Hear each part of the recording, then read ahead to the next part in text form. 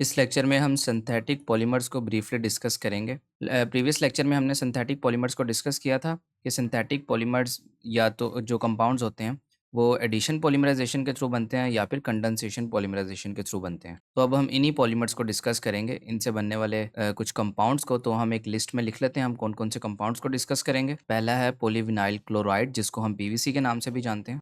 उसके बाद है पॉलीस्टेरीन, और उसके बाद है पॉलीविनाइल एसीटेट, जिसको हम पीवीए भी कहते हैं।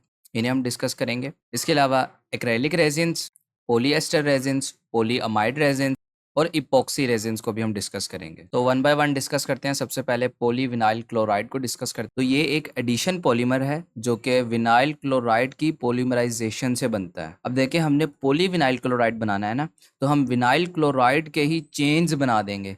विनाइल क्लोराइड को ही बार बार हम चेन्स में कन्वर्ट करेंगे और इसके साथ ही हमारे पास पॉलीविनाइल बन जाएगा। तो हम इसको स्पेसिफिक कंडीशंस भी प्रोवाइड करते हैं, जैसे कि 52 डिग्री सेल्सियस और 9 एटमॉस्फेरिक प्रेशर। तो इससे क्या होता है, विनाइल क्लोराइड की लॉन्ग चेन्स बन जाती हैं, तो जिसे हम पॉलीविनाइल क्लोराइड कह देते हैं, और ये एक पॉलीमर है। तो अगर हम इसका रिएक्शन देखें तो ये कंपाउंड विनाइल क्लोराइड है, जिसमें देखें एक कार्बन के साथ 2 हाइड्रोजन लगे हुए हैं और उसके साथ डबल बॉन्ड दूसरा कार्बन है, फिर एक हाइड्रोजन और उसके साथ क्लोरीन लगा हुआ है। तो इस कंपाउंड को हम कहते हैं विनाइल क्लोराइड, या फिर क्लोरोइथीन भी हम इसे कह सकते हैं।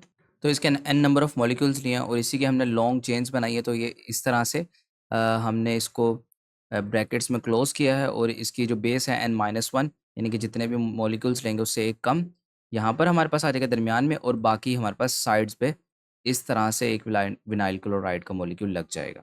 तो इसे हम क्या कहेंगे, इसे हम पीवीसी कहेंगे, यानी कि पॉलीविनाइल क्लोराइड। और इसके अलावा अगर हम पीवीसी के यूजेस की बात करें तो हम इसे प्लास्टिक के पाइप्स बनाने के लिए यूज़ करते हैं, और इसके अलावा जो हैवी मशीनरीज़ होती हैं, इनके प्लास्टिक के जो पार्ट्स होते हैं वो बनाने के लिए हम पीवीसी को यूज़ करते हैं। इसके बाद नेक्स्ट कंपाउंड डिस्कस करते हैं, दैट इज़ पॉलीस्टायरीन। तो ये भी एक एडिशन पॉलीमर है जो कि स्टायरीन की पॉलीमराइजेशन के थ्रू बनता है in the presence of suitable catalyst. तो स्टायरीन का अगर हम केमिकल फार्मूला देखें तो इसमें देखें हमारे पास इथीन है, ठीक है। इथीन के साथ हम एक बेंजाइल ग्रुप लगा दिया, ठीक है। तो इसको हम कह रहे हैं स्टायरीन।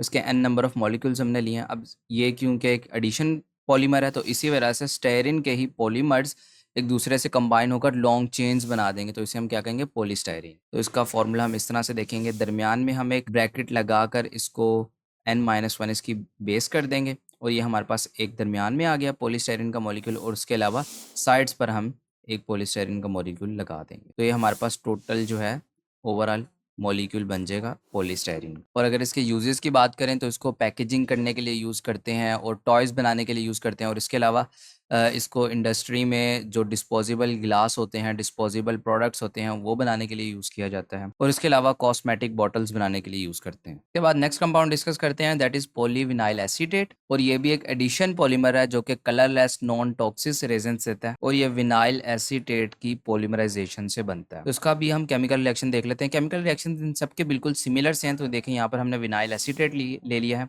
अब इसमें क्या होगा, विनाइल एसीटेट ही अपनी लॉन्ग चेन्स में कन्वर्ट हो जाएगा, और ये हम पहले पढ़ चुके हैं ये रिएक्शन होमोपॉलीमर के अंदर।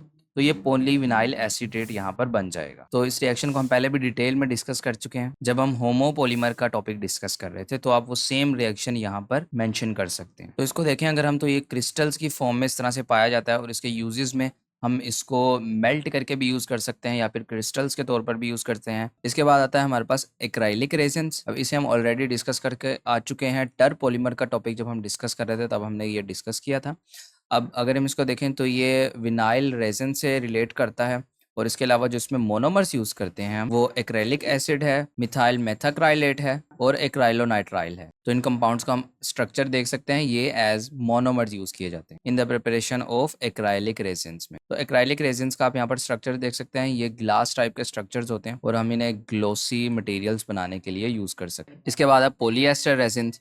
अब इसे भी हम ऑलरेडी डिस्कस करके आ चुके हैं कि पॉलीएस्टर रेजिन किस तरह से बनते हैं। ये कंडेंसेशन पॉलीमर है जो कि टेट्रापेथैलिक एसिड और इथाइलिन ग्लाइकोल की कंडेंसेशन से बनता है। तो अगर हम इसका रिएक्शन भी देखें, जो कि प्रीवियसली भी हमने डिस्कस कर लिया था, तो इसमें देखें हमारे पास यहाँ टेरापेथैलिक एसिड है और इथाइलिन ग्लाइकोल है।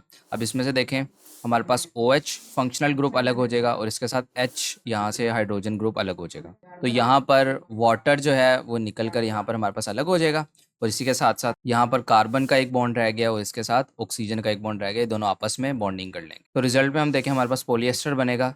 हमने इसको स्क्वायर ब्रैकेट्स में क्लोज किया और इसके साथ बेस में हमने n नंबर ऑफ मॉलिक्यूल्स इसके लिख दिए हैं और इसके साथ हमारे पास 2n वाटर के मॉलिक्यूल्स आ जाएंगे। और अगर इसके यूजेस की बात करें तो इन्हें पेंट्स में यूज़ किया जाता है और इसके अलावा कलर्स बनाने के लिए इसको यूज़ किया जाता है क्योंकि इसकी कलर्स की प्रॉपर्टीज़ होती हैं। इसके बाद है पॉलीअमाइड रेजिन्स।